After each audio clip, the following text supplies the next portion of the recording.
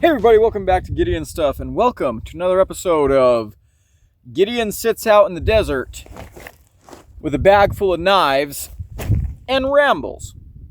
I hope you guys are excited, because I sure am. What are we rambling about today? Well, you already know, because you've seen the title. We're talking about my most used gear in 2025. This is a video that I make every year. It's usually one of the first videos I release in the new year. I'm filming this still in 2025, but you guys won't be seeing this until the first Saturday of 2026.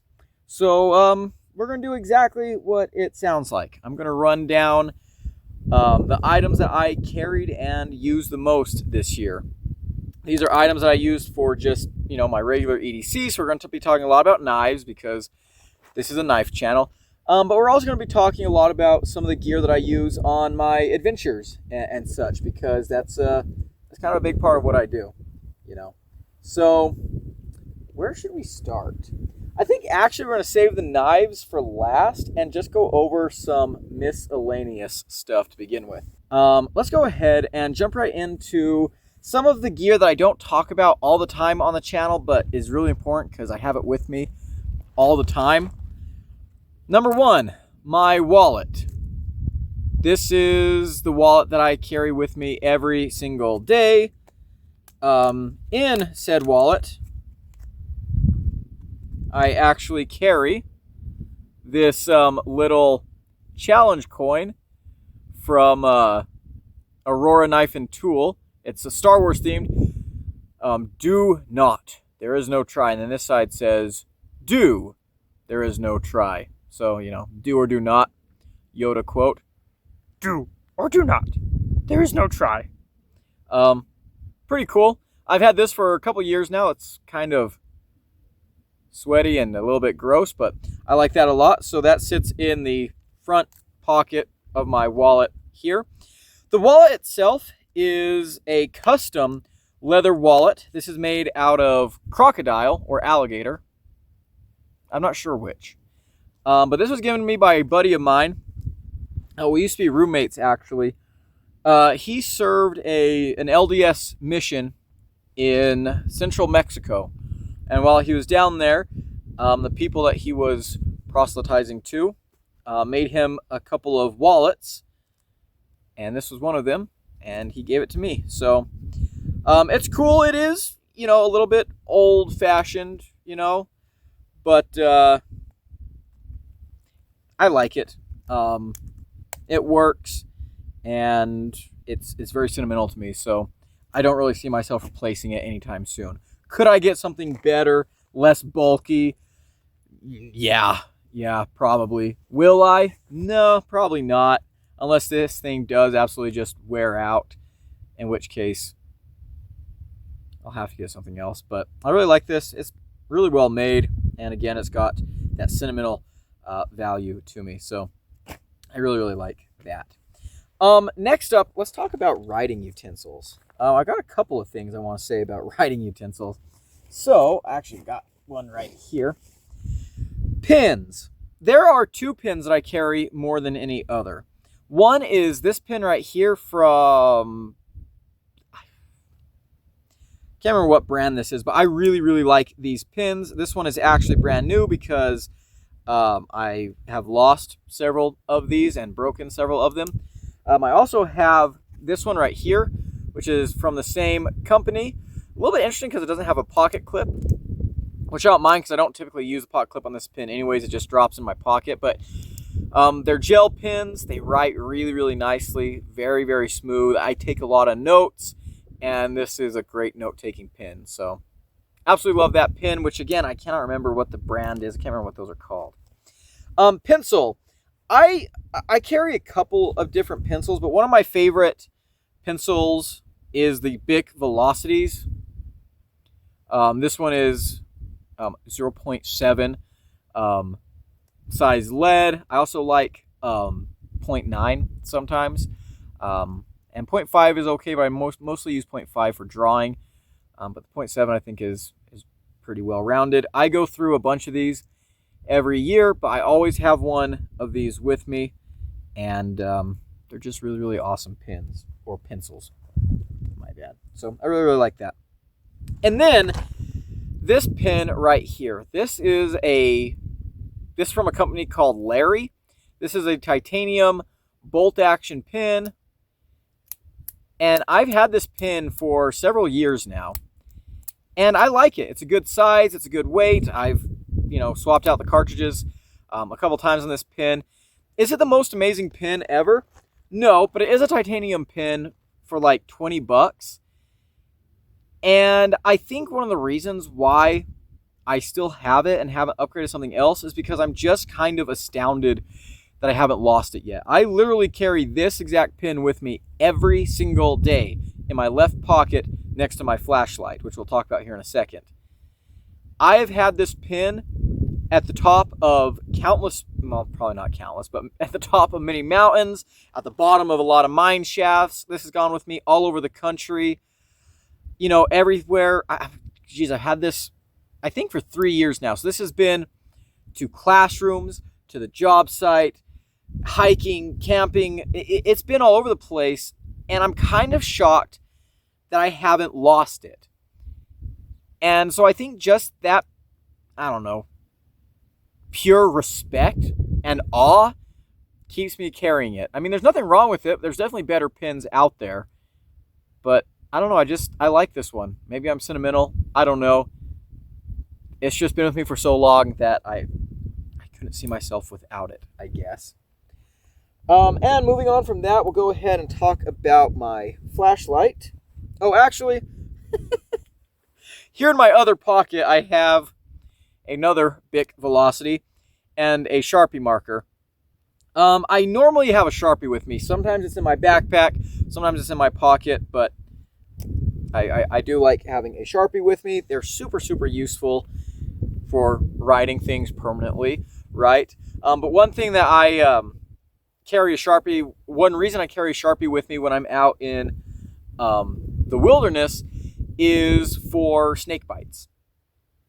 And that might sound weird, but what I'll do is if I get bit by a snake, draw a circle over the bite mark, write down the time or the approximate time that I got bit, and then when I get to a hospital, hopefully, that's some information they can use to help treat me. Also, you can use this. It's a good idea if you get bit by a snake and you don't know what the snake is, write down a description of it somewhere so that you'll have it. But also these are great for this is a great survival tool because a Sharpie will write on basically anything. So if you have to leave a message or leave a mark for yourself somewhere, this will write on just about anything. So Sharpies are really, really great tools. My flashlight, the Olight Arcfeld. I love this one. I mean, I keep meaning to upgrade to an Arcfeld Pro because they have the black light, and I could actually get a lot of use out of black light. But I love this flashlight. It's a lot of light in a pretty slim package. I like the clip. I like the magnet on the back. You have a laser pointer and, a flashlight. It's bright, but one thing I like about the Arcfeld is I've run this on high for a while, and it doesn't get that hot, which is really, really cool. I mean, this is not the brightest light out there, so it's not going to get like super hot, but I'm really impressed with a lot about this light. The laser pointer, of course, when I was, working at museums and things like that, it's great to have a laser pointer to point things out when I'm giving tours and stuff. Just a great light, and I don't really see myself not carrying it moving forward into the future. Also, I do like that it is green. For a while there, I've kind of stopped with this, but I was really trying to like color code all of my gear, and I want it to be like green and black. I don't really do that anymore, but there for a while I was really big into that. Speaking of green and black gear, so here is my most carried backpack. This is just an outdoor products backpack. I've owned several of these, and I really like them. So this one has a camelback, a water reservoir. You've got your little thing right here, which is a feature that I can appreciate, but I'm starting to move away from, actually. I don't really use it that much anymore. And honestly, this backpack, for its size, is a little bulkier than I want for some of the things that I do now. Like, Like this backpack used to go with me on every single mountain climb, and it still goes with me in the car at least, but I don't take it with me everywhere just because it's a little bit more bag than I need for a typical mountain summiting. But it is a good bag, and they're affordable. So if you're looking for like a quick and easy bag that has a camel pack and also decent room for storage, this is a good bag. In fact, that's one of the reasons why I ended up with this bag. Was I got this when I was doing geologic field work, so I was having to collect samples. So I wanted something with me that could carry a lot of water. I want something that I could carry my first aid kit and food in, but also have room for collecting samples. And this worked out brilliantly for that. But for my like regular adventuring, if I'm not planning on collecting samples or something, I've found that I've been moving away from this. And I've had a couple of other bags that I've used this year, and I'm still trying to figure out which one I like best. But this is the bag that I've carried the most this year just because I have a lot of stuff in here already. What do I keep in here? That is a great question. So it's got a couple different pockets. Here on the front, I have my Right in the Rain field notebook. So this is a notebook that I use for geologic surveys, but also it's a Right in the Rain book, so you can use it to write down any kind of notes that you want to take. It's really a handy tool. I love these. I write in mine with pencil. I'm not a huge fan of the Right in the Rain pens, and to me pencil just works best on this on these books. Sharpie also works pretty good. You can pair this with Sharpie, but I really like the way the pen comes out, or the pencil comes out. You can sketch very easily. Where is one of my more recent sketches? Let's see here. And yeah, this book has been beat to crap, and it's still legible. It's still holding together. These things are just damn near magical. I love Right in the Rain. I am going to post a full review of this eventually. I also keep a first aid kit in here. I keep a couple of first aid kits. This one, I'm not a huge fan of this little box that I have here. Now, this first aid kit I have customized. I've put a bunch of my own stuff in here, but even though I'm not a fan of like the build quality of the box itself, I do like the box because it fits into this front pocket here perfectly. So I can put that in there with my notebook and secure them. And it's a really convenient little package, and I am ready to go. So I like that. In my front pocket here, I keep a bunch of different things. I have a whistle, miscellaneous tools such as my compass, my Broughton, which is a geologic surveying compass. I keep some extra flashlights in here. Super glue, can never have too much super glue. I also keep fire starting material in here, some tinder, a little bellows, some 22 ammo. We'll talk about that here in a little bit. And then in the main pocket, normally I have my geologic hammer in there. I don't have it with me right now. I used to take that with me on every single hiking trip that I did just because I wanted to stay in shape. I wanted to keep my backpack really heavy, which is awesome for working out, but I've stopped doing that recently just because it's, I don't really need to. I'm prioritizing speed now. I also keep a bunch of paracord. I have orange paracord. This one's just kind of bundled up here and thrown in here, but I also have black paracord, which I actually just got a new roll of black paracord put in here. Where did I put my paracord? Maybe I left it at the house, but you can never have too much paracord. Also keep a good pair of gloves in there for a multitude of reasons. Gloves are just a good thing to have, so there is that. Now let's talk about another bag that I carry a lot. I actually have a whole video on this one, so we're not going to spend too much time on this, but this is a Swiss Tech bag. You get this with their Lodern kit, and essentially it's a fire starting kit. I have turned this into kind of a personalized day hiking bag. You have a little pocket up here that you can put a knife in, which is handy. I've got an Exodus badge in there right now. Open it up. This is a canvas bag, really high quality actually.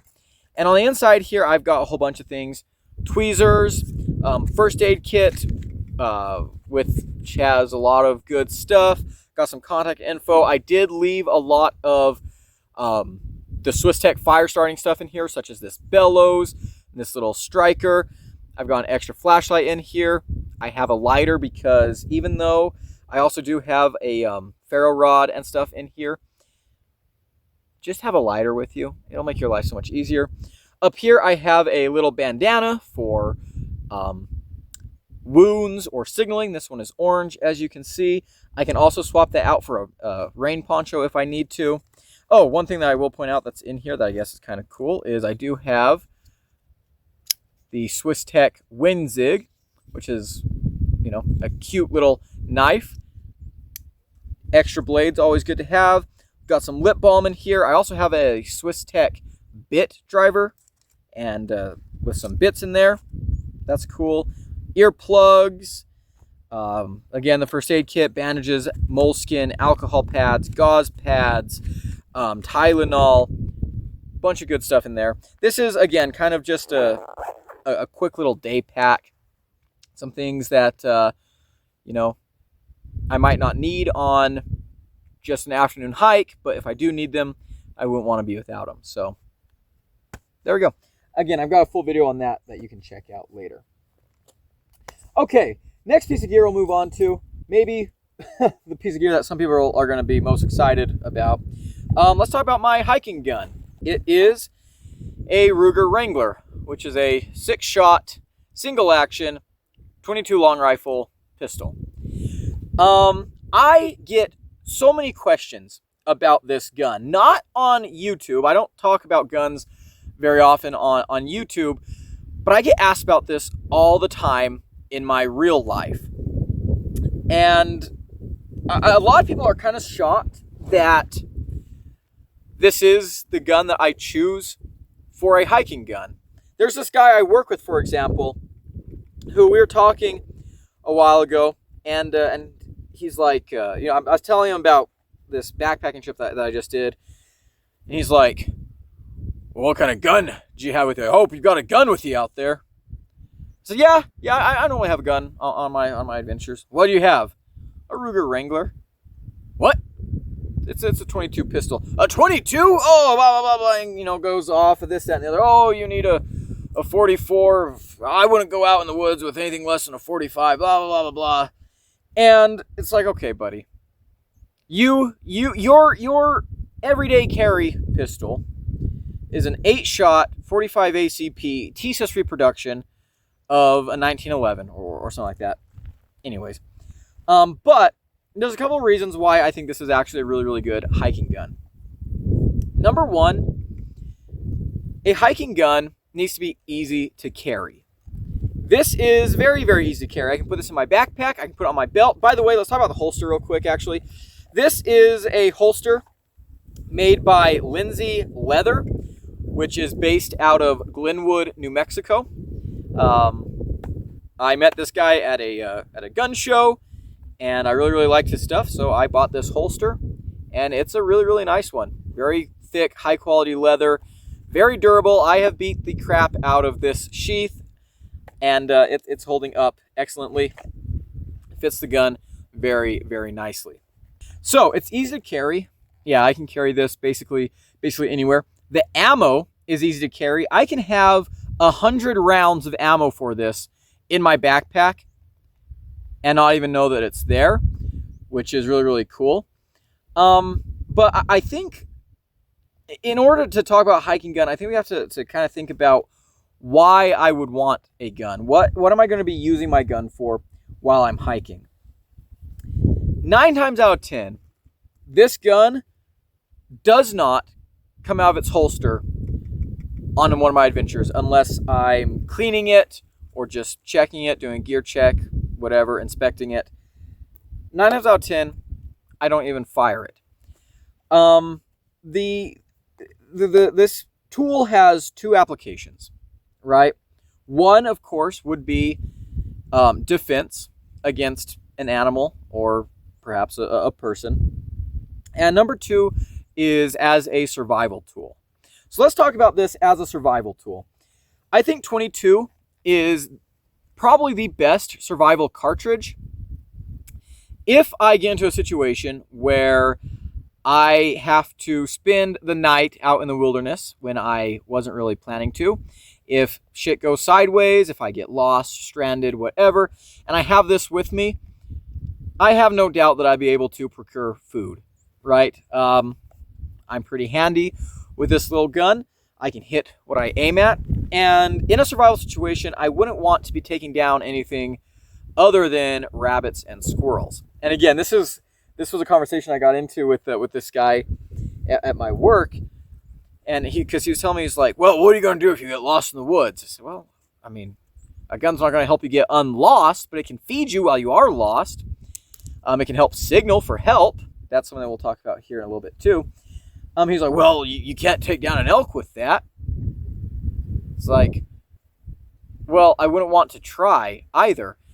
When you're in a survival situation, efficiency should be your number one priority when it comes to the tasks that you're accomplishing, right? Your number one priority should obviously be getting out of the situation, but in the process of getting out of that situation, you want to be as comfortable as you can be, and you want to do as little work as possible. And that sounds a little bit weird to some people, but here's what I mean. If you're uncomfortable, you're stressed. If you're stressed, you're not thinking right. If you're not thinking right, you're going to make mistakes. And if you're already in a bad situation, you cannot afford to make mistakes. Number two, you do not want to do any more work than you have to do, because work means burning calories. It means using resources. Those are going to be in limited supply in a survival situation, right? So you don't want to be exerting yourself or overexerting yourself in any way. I can kill, clean, cook, and eat a rabbit in under an hour. If you're in a survival situation and you bring down an elk, you shoot an elk, number one, let's say it runs away from you for a little bit. So you've got to expend energy tracking it, trying to find where it fell and died. Okay, you found your elk. Now you've got to tear that sucker apart. That's going to take a lot of energy. It's going to take a lot of effort. Then you've got to pack it back to wherever you have a shelter, or maybe you decide to build a shelter right there where the elk is. Awesome. Cooking it is going to take a lot more effort, a lot more energy. At the end of the day, you're not really getting a huge benefit for the amount of effort you put in.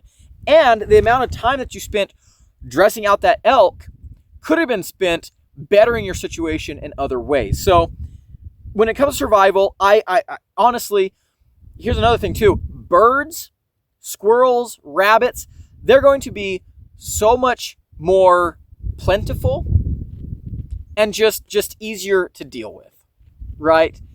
So right there, 22 is going to be great at bringing those things down. If you've got your 45-70 with you and you decide that you're going to bring down a rabbit for dinner, good luck picking up the scraps of that rabbit that are left. You're going to blow that thing all over the place.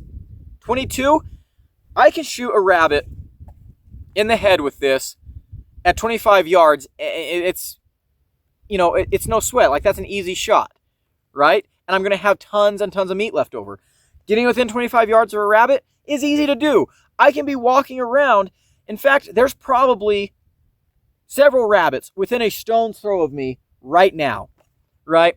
They're easy to find. They're easy to hunt. They're easy to clean. They're easy to cook, And when I'm saying rabbits, I guess I should just be saying small game, squirrels, birds, things like that as well. So 22 works really well. So right there, we've got a 22 that I can shoot well. It's compact. It's easy to carry. That right there makes it a good survival weapon in my mind. Now, or a survival tool, let's talk about it as a defensive weapon. Is a 22 going to be enough gun? Well, if it comes to people giving you a little bit of trouble, a lot of times a psychological stop will be enough. I'm not going to go into a whole lot of depth with this, but earlier this year, Janelle and I, my friend Janelle,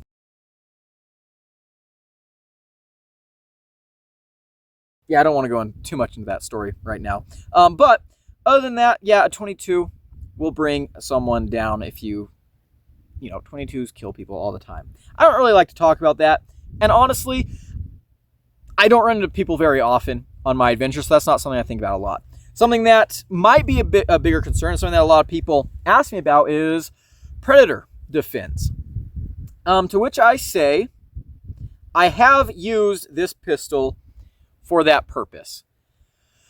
Several months ago, okay, let's talk about this first. What kinds of predators should I be worried about, right? In my area, in most of the places that I go, there are two main predators: black bears and mountain lions. I have had several run-ins with both throughout the years. And they are definitely dangerous animals and should be taken seriously.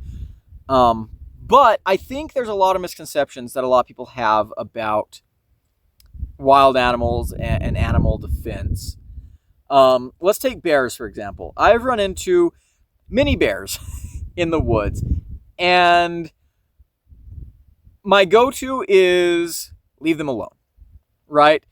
Most of the time I run into a bear and I see it sees me, I back up and I go a different way, and we're fine, right? The only time that I think a bear showed any kind of aggression to me, this was several years ago. Actually, this was while I was working as a cowboy out in the Rockies. I'm walking the fence line checking for breaks. I'm way up high on this ridge. I'm in the forest, and I come up over this little knoll, and there's a bear a couple yards ahead of me in the bushes.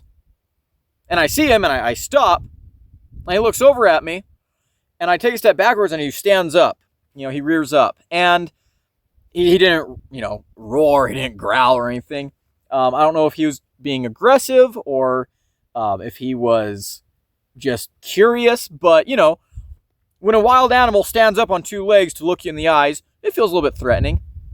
But even in that situation, I just kept my eye on the bear, backed up until, as a safe distance away, until we were basically out of eye shot of each other, and then I just turned around and went my own way. So bears, again, from my experience, are,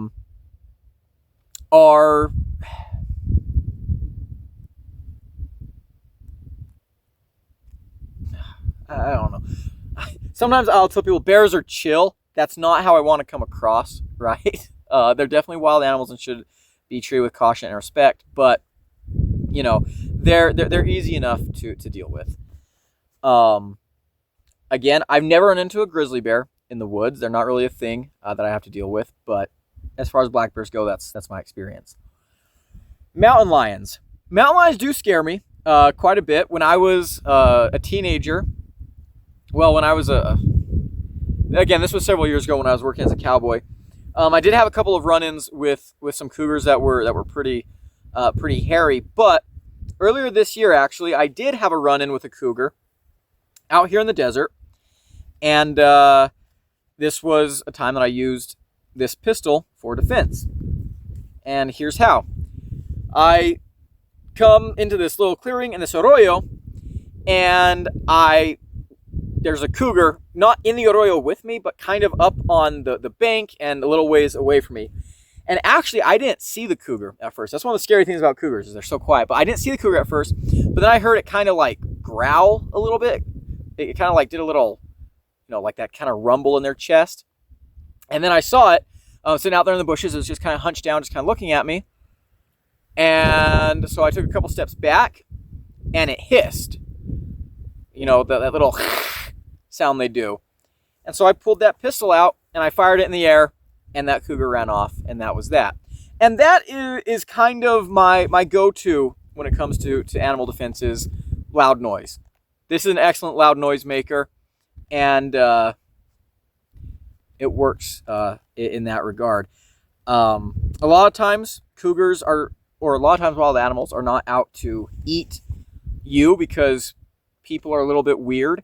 They don't have a lot of experience with us, and so they're a little bit cautious, and if you can scare them away, that goes a long ways. I have done that many times throughout my life, using loud noises or waving your arms and stuff to scare animals away. When I was a kid, and I mean I was a kid, I was probably, I think I was 14 at the time. My siblings and I were out swimming in one of the cattle tanks there at the family ranch, and we get to walking back home, and a Mexican gray wolf started following us along the ridge, and so we were throwing rocks at it and waving our arms and yelling and screaming. And at the time, we had my youngest brother was about 5 years old, and he was kind of, he was probably the target for that wolf, and so we had him like kind of in the middle, and all of us were smacking sticks together, waving our arms, yelling and screaming, throwing rocks and stuff at this wolf. And he followed us for a little ways, I think mainly just out of morbid curiosity, and then eventually he took off and ran. But that's I don't want to spend all day talking about this. Maybe I'll make some other videos talking about that. Snakes are something that I worry about every once in a while. I do keep some rat shot in that little pistol. I have killed rattlesnakes with that before. A lot of times I'll kill rattlesnakes with my machete. I don't kill rattlesnakes a lot. Again, like if I run into a rattlesnake in the wild, I just leave it alone and it leaves me alone and we're fine. Okay, so, there's some reasons why I think 22 and a 22 pistol are great survival firearms. Why the Ruger Wrangler? Because I like the aesthetics. Honestly, it comes down to I like my cowboy guns. I do like the build quality on this. I like the way this gun shoots. It's not really a cowboy gun. This does function differently than the old Colt single actions, but I like the way this gun looks. I like the way it handles. I like the build quality. It's very, very durable. I'm pretty proficient with it. It's accurate, and I like the aesthetics, right? I like the aesthetics. That it comes down to that in a lot of ways, which I think is valid, right? But also revolvers are just great for being out in the woods. But I'm not gonna lie, a big reason why I carry this is because of aesthetics. I did have an auto-loading 9mm a couple years ago. I actually sold it. I don't know. I like the aesthetics of this better. Now, I am actually thinking about getting a new gun. Maybe we'll make a video on that sometime this year. Technically, I own 5 firearms. I only have 2 with me in my current residence. This pistol and my shotgun, which is my home defense weapon. And my other 3 firearms are rifles, and they're kind of on permanent loan to my brothers. 3 rifles of varying calibers and styles, and the reason being, my brothers have a use for them, and I really don't right now. And I really don't like keeping. I really don't want to have firearms in my house I don't have a use for. I don't want firearms hanging around that I'm not using. So it's better to just, basically give them to my brothers. I haven't been hunting in several years, so I don't need a hunting rifle. Again, my home defense I've got covered with my shotgun. My hiking gun, I've got this pistol covered. I have kind of been wanting to get like a Ruger 1022, another Ruger 1022, just to like have a little plinking gun down here, because I do like to go shooting sometimes, but it's not a big deal.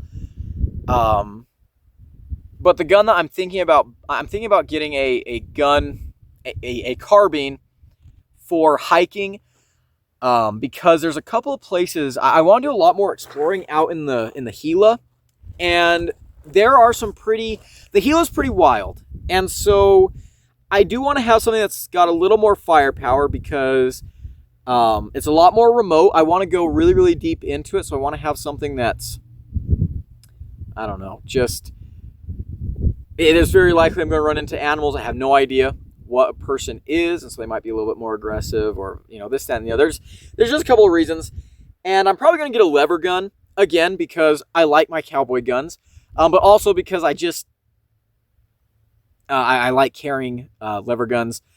Now, I have a lot of experience shooting 30-30 lever guns for deer hunting and things like that, but I think I want to get a pistol caliber carbine. And at first I was going to go with a 44 mag, but the more I thought about it, I think I'm going to go with a 357.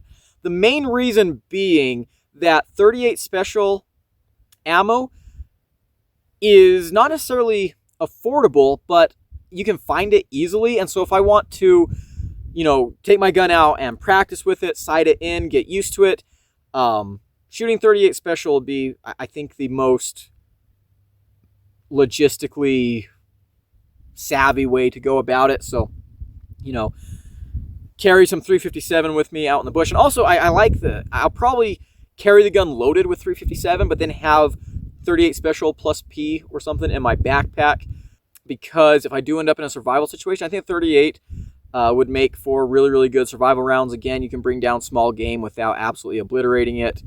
So, you know, just something that I've been thinking about doing, getting my hands on, and I like the carryability of lever guns. I also thought about getting an AR, another AR. I've done an AR build in the past, but I want to think maybe get an AR build, but I don't know. I don't know. I'm not, to be honest with you, I'm not a huge fan of 5.56 and 223. I've got a 223, and I killed a lot of coyotes with that gun, but I'm just not a huge fan of those cartridges in general. I don't think I'd like them that much for predator defense.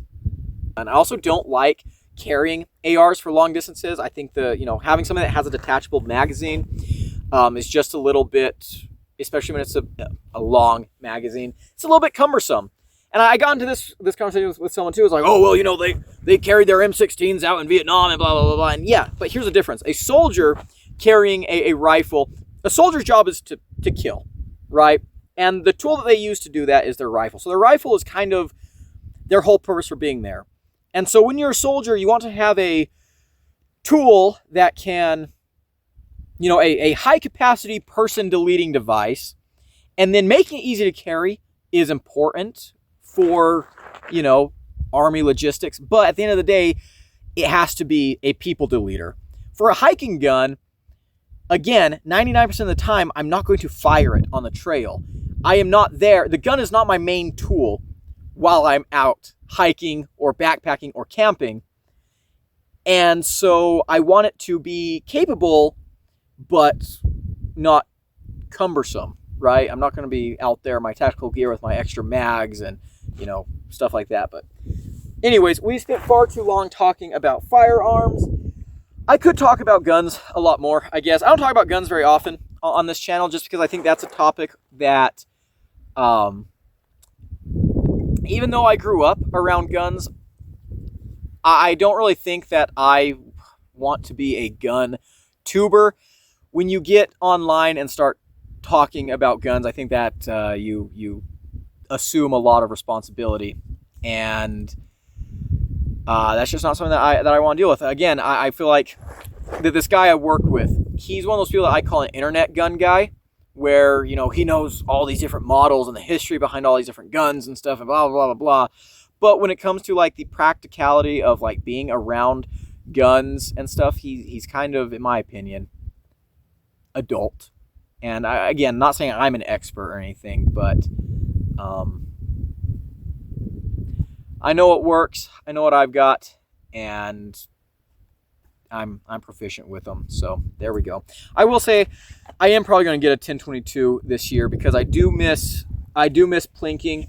I don't want to get too rusty with my rifle skills. I've been shooting a lot of pistols and shotguns over the past couple of years, and not a whole lot of rifles, so don't want to get too rusty. But there we go. Okay, that was way too long spent on firearms. Something that this channel's not even about, but hopefully we had a fun conversation. Oh no, I am just now realizing that I forgot to bring a couple of really important knives that we gotta talk about. Okay, that sucks. That's a shame, but let's keep trucking. Let's go ahead and start with folding knives. Oh look! Oh shit! Oh damn! Look at this. Not sure if you guys can see that, but that is a fossilized rugose coral. These mountains behind me here are limestone, Paleozoic limestone, primarily large sequences of Pennsylvanian rocks, but also going back as far as the Cambrian. And this is a type of coral that is extinct.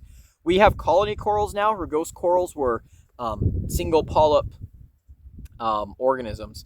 But this one has been eroded pretty smooth by this little arroyo channel that we're sitting in, but you can still see some of the textures of that fossil, and it does look really, really pretty, actually. That's really, really cool. And here oh yeah, look at that. And there we've got a little gastropod. That is a snail. That's pretty cool. I get distracted way too easily, guys. Okay, let's move on to folding knives, because there weren't that many folding knives this year that made the list.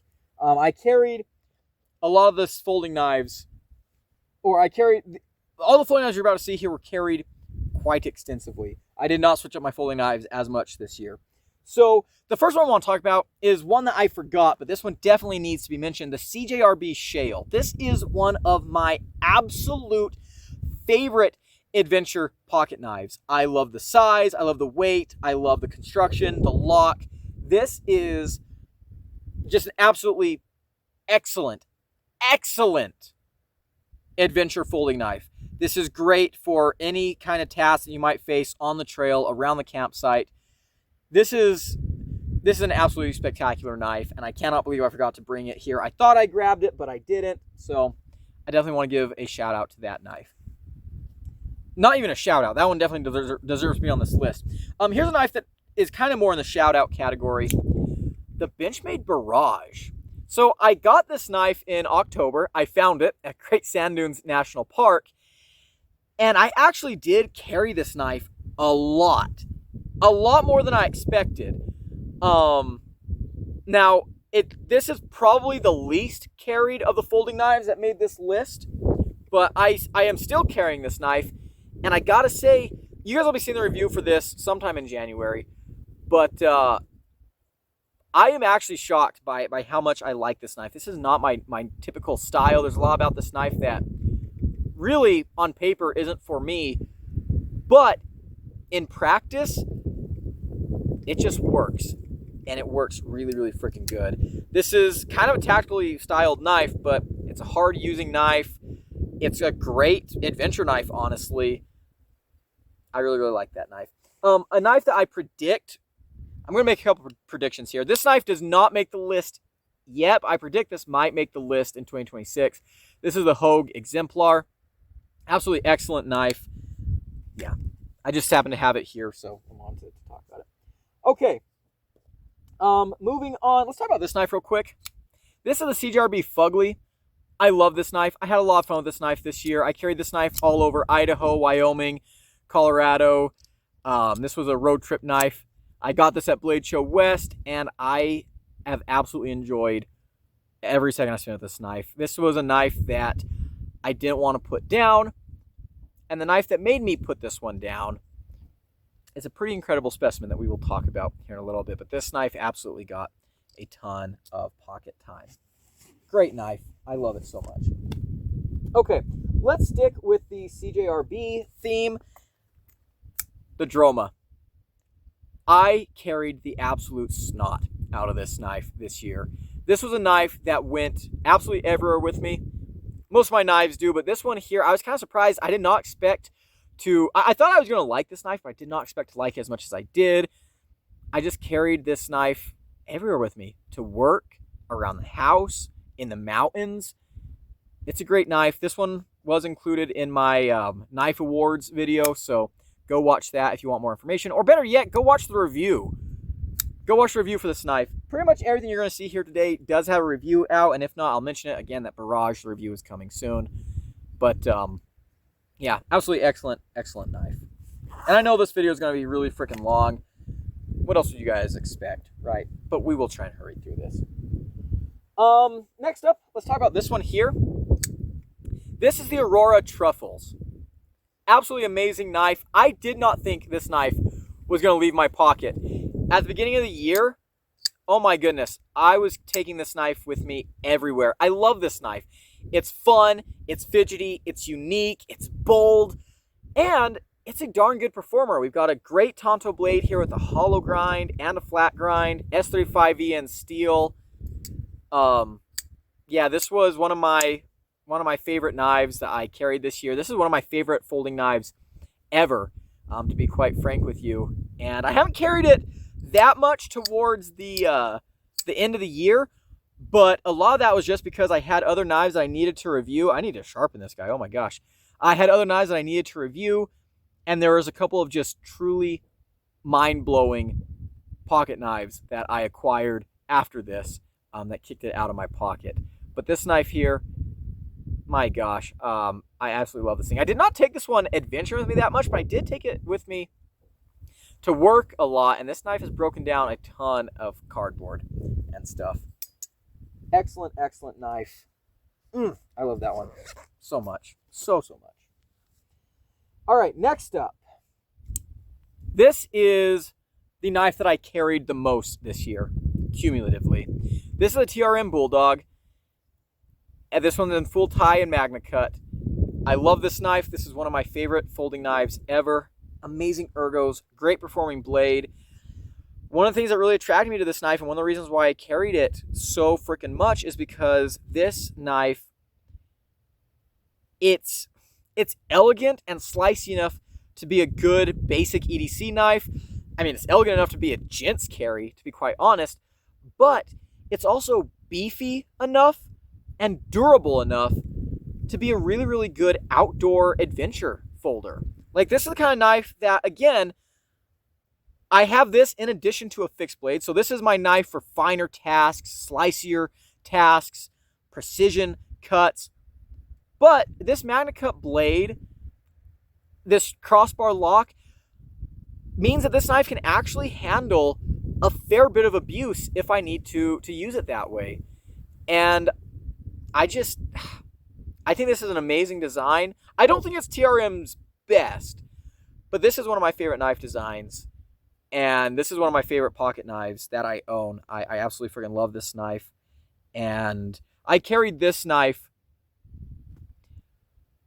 probably for like 6 months straight, with small interruptions in between to carry other knives for review.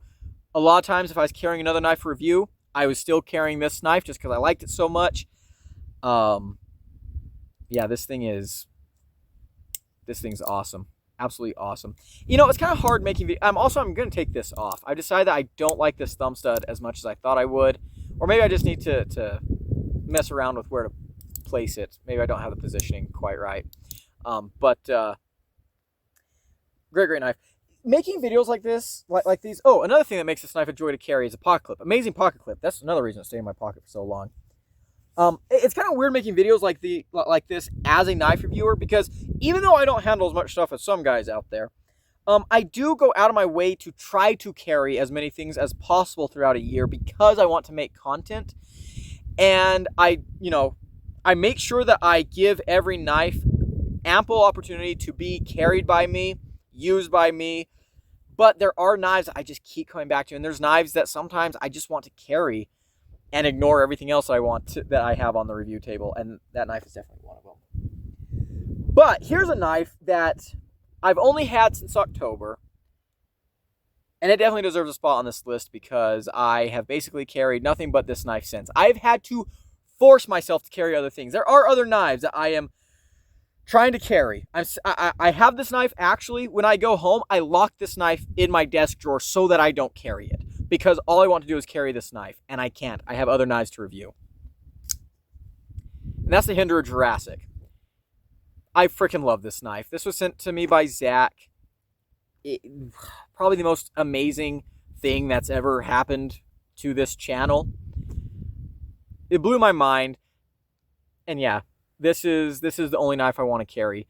What's funny is I have stopped carrying kind of big overbuilt folders, right? Because I don't use them that much anymore. But this knife is all I want to carry now, even though it's big and overbuilt and robust. When I went home and visited my folks for Thanksgiving, and then again when I went and visited for Christmas, even though I was only there for a couple of days, I could not wait to go out and do chores at the ranch and feed the cows and help out, because it's like, oh, it feels so good to finally be in an environment where it makes sense to carry a knife like this again. And yeah, I've only had this since October. But dang it, it definitely deserves a spot on this list because I freaking love this knife. I freaking love this knife. And I imagine you'll probably see it again on the list for 2026. You'd have to be all that and a side of fries to usurp this knife in my carry rotation. Absolute banger of a knife. Right now I'm actually carrying one of the knives I'm trying to force myself to carry instead of this, the Miguron Prayer or whatever. This is an awesome knife. This is a badass knife. This is any other time I would be ecstatic to carry this knife. This is a dope fucking knife. I love this knife. Any other year, this would be like something that I could not take out of my pockets.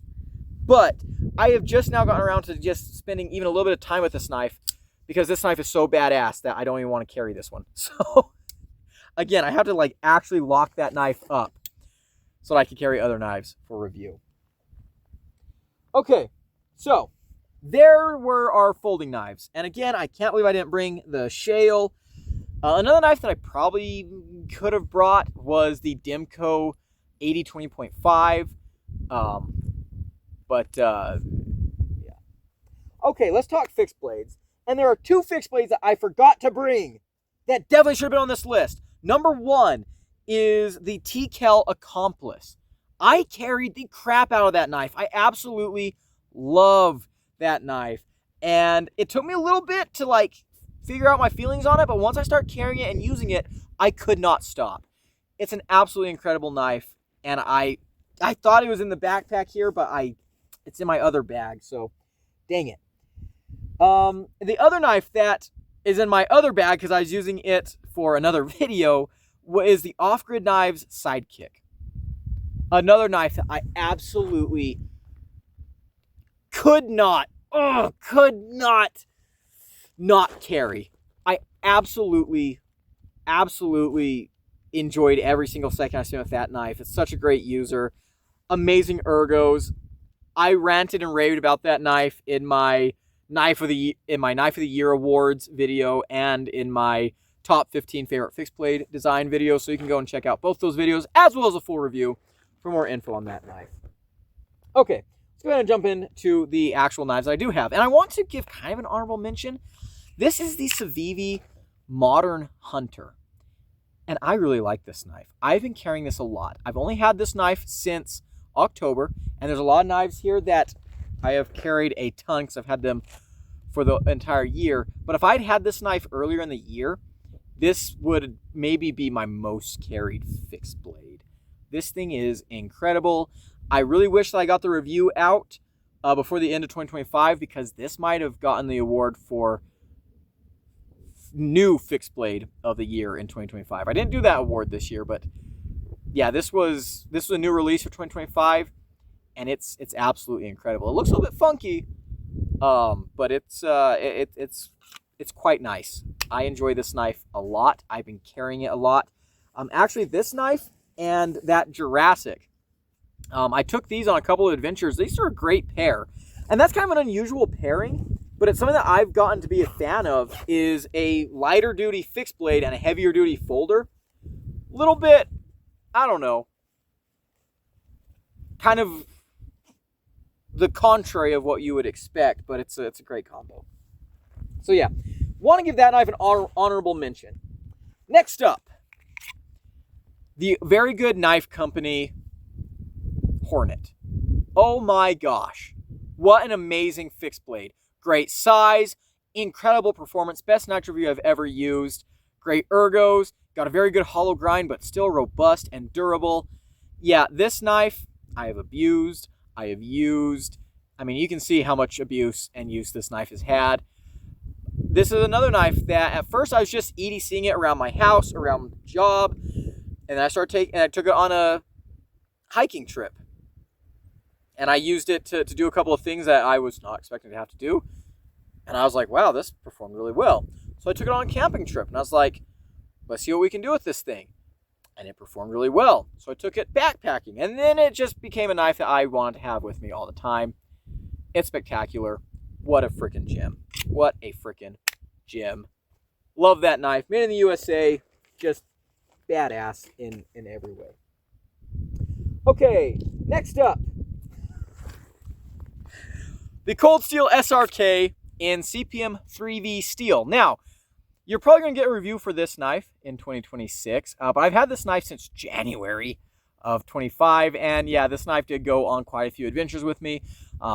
This was the knife that I had when I summited Mount Elbert, the highest mountain in the Rockies, second highest in the contiguous U.S., but only a couple of feet behind Mount Whitney. And yeah, used this a lot around camp. Done some pretty wacky stuff with this knife. The 3V is really impressing me. We're not going to spend a whole lot of time on that because I talk about the SRK a lot on this channel. But that's a great knife. Another reason I don't want to spend too much time on that is because the next knife is also an SRK. This is the SRK-C. You would have seen the review for this knife yesterday. Very different from its full-size brother. This feels like a completely different knife, but it's also just freaking incredible, like its bigger brother. I really enjoyed this knife. Took this with me on quite a few adventures. This knife was on my belt when I hiked 18 miles through the Grand Canyon, 15 of which were on a broken toe.